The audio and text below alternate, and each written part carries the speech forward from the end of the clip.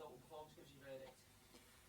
Yeah, I think it had a little bit of everything, didn't it? I think from a pleasing point of view, or really pleasing point of view, keeping a clean sheet was key against a side who tend to score in most games that they play in. A side that are obviously on good vein of form at the minute, you know, with one defeat in 8. So that was pleasing.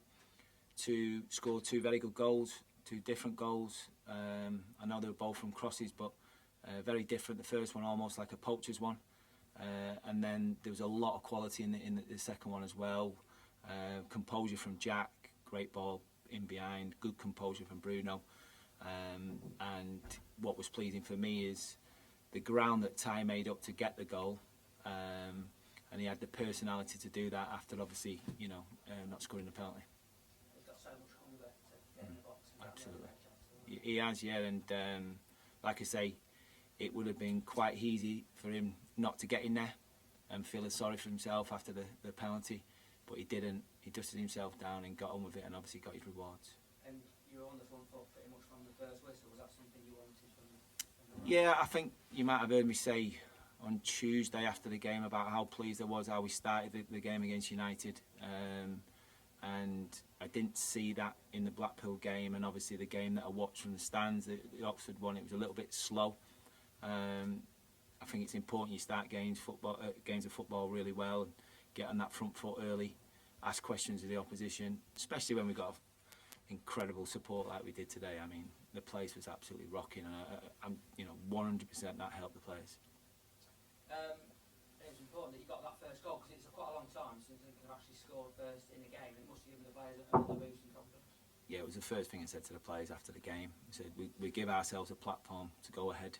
You know, doesn't matter what level of football you're playing at, whether it's the lower leagues, Champions League, first goal in any game is crucial. Yes, you have to show character to come from behind at times to win games, but you give yourself something to play from. Sunderland had to come out, so they made the pitch big at times, but that suited us obviously on the transition.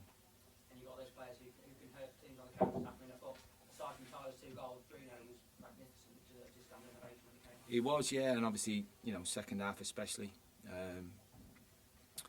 he's shown that not only is he more than capable, like he did at first time, coming towards the ball and picking up little pockets of space, but he can also do the other side of it, which is important. Because when you suck teams onto you, there's plenty of grass in behind, and certainly he used plenty of grass in behind in that second half today. It's a tough month, October. He started it in great fashion. A name like Sunderland, how much will this give you in terms of confidence? I'm hoping it gives us great confidence, but it's a platform, and that's all it is. And that was the message to the players. We've set a level that I'm expecting to hit most times now. And there's a lot of things that probably got us to that level today. One, the opponents, who they were, the size of the crowd, the atmosphere, certainly. But my challenge to the players is to be able to produce that when it's not quite like that. And we've got a really, really tough game next week against a good side who play good football. But we've got 1 or 2 good footballers as well. You touched on the crowd there. I mean, your first time in the dugout for proper, sold out home match. What was it like for you? Yeah, it was great. Enjoyed it. I think Terry will probably back me up. I felt confident today coming into the stadium. We'd had a really good week. The performance on Tuesday was very, very good. Thursday and Friday in training, it was very good. You just sometimes get a feel for it. And we were very confident going into the game, and obviously it makes it so much more easier when this place is rocking and the crowd are getting behind us like they did. Obviously, it's very, very early days in your tenure still, but are the players where you want them to be at this stage? Presumably there's more to come. Oh, there's lots to. Well, there's more than more. There's loads and loads to come. But in terms of, 2 weeks in, they're as good as I could imagine at this point. Only 3 games in. But yeah, I mean, God, there's so much for us to do, and they know that because I'm speaking to them on a daily basis about how I want us to progress, and I want to find different ways of getting up the pitch. So we will get better in that defensive third, playing through and into the middle third, but that doesn't happen overnight. That's almost changing a culture, which has been brilliant for the football club for so long. But I just feel that to take us to another level, that we have to find different ways of doing it. You must be pleased with what the players are giving you so far. Yeah. The way they've reacted. Yeah, definitely. You know, they've been really, really positive, and you can only ask that they buy into what you want and how you want to do it. And you know, I won't stupidly do it. I won't do it if I didn't think they had the players to do it. But I do believe we have, and we've got some good footballers who I just want to allow them to express themselves, and they did that today. How are things on the injury front, Michael Bosworth? I'm sure he'll watch play next week. I believe he may be on the pitch on Monday, but not probably with the team. So, you know, that's a good positive sign, because since I've been at the club, you know, he's only stayed in the gym. You know, I've not seen him on the grass yet. But I think it might be a bit too soon for Saturday. But from what I hear about Bozzy, nothing's too soon, and nothing like, you know, he's outrageous. So, yeah, I think it might be maybe one game too far for it. Brilliant. Well, so Michael, thanks. Cheers. Yeah, Michael, we saw the Sunderland fans beginning to trickle out with kind of 20 minutes to go, and they booed their team off at the end, and they probably thought their team was poor, but I think that was because your side made them look poor, if anything. Yeah, I wouldn't say they were poor, but what they were is they come up against a group of players and staff that we knew it was a big game. We knew we'd not been on a good run. The last two performances I have been happy with bit by bit. Obviously there was good spells at Blackpool. For the majority of the game against Man United, we were very good.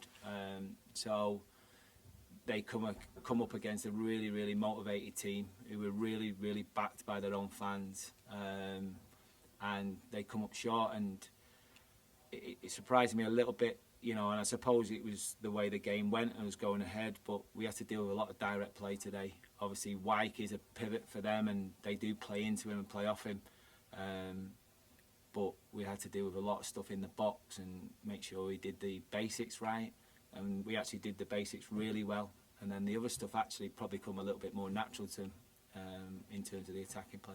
Yeah, you mentioned the attacking play. I think our front four seemed to terrify them at times. They kind of led us onto them, and created a lot of space going forward.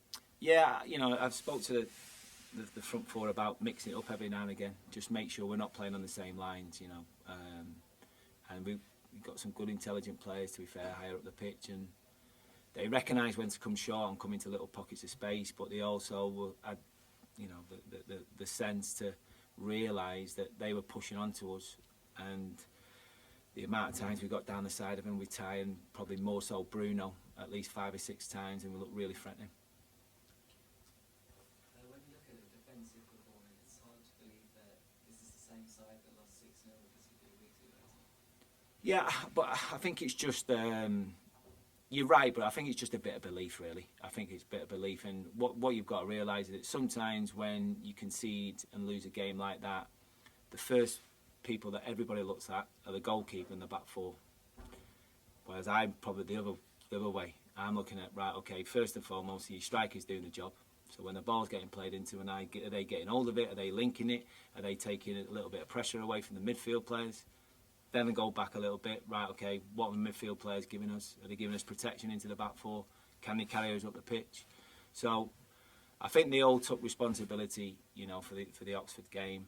And for me, the difference between possibly the Oxford and the Blackpool game was staying in the game. So we go down 2-0 like we did, but we made sure that it was 2-0 at half-time and we stayed in the game. Sorry, 2-1 at half-time and we stayed in the game, and we give ourselves a chance. Whereas today, there was a different, I don't know if it was attitude, but certainly temperament to the way we went about it.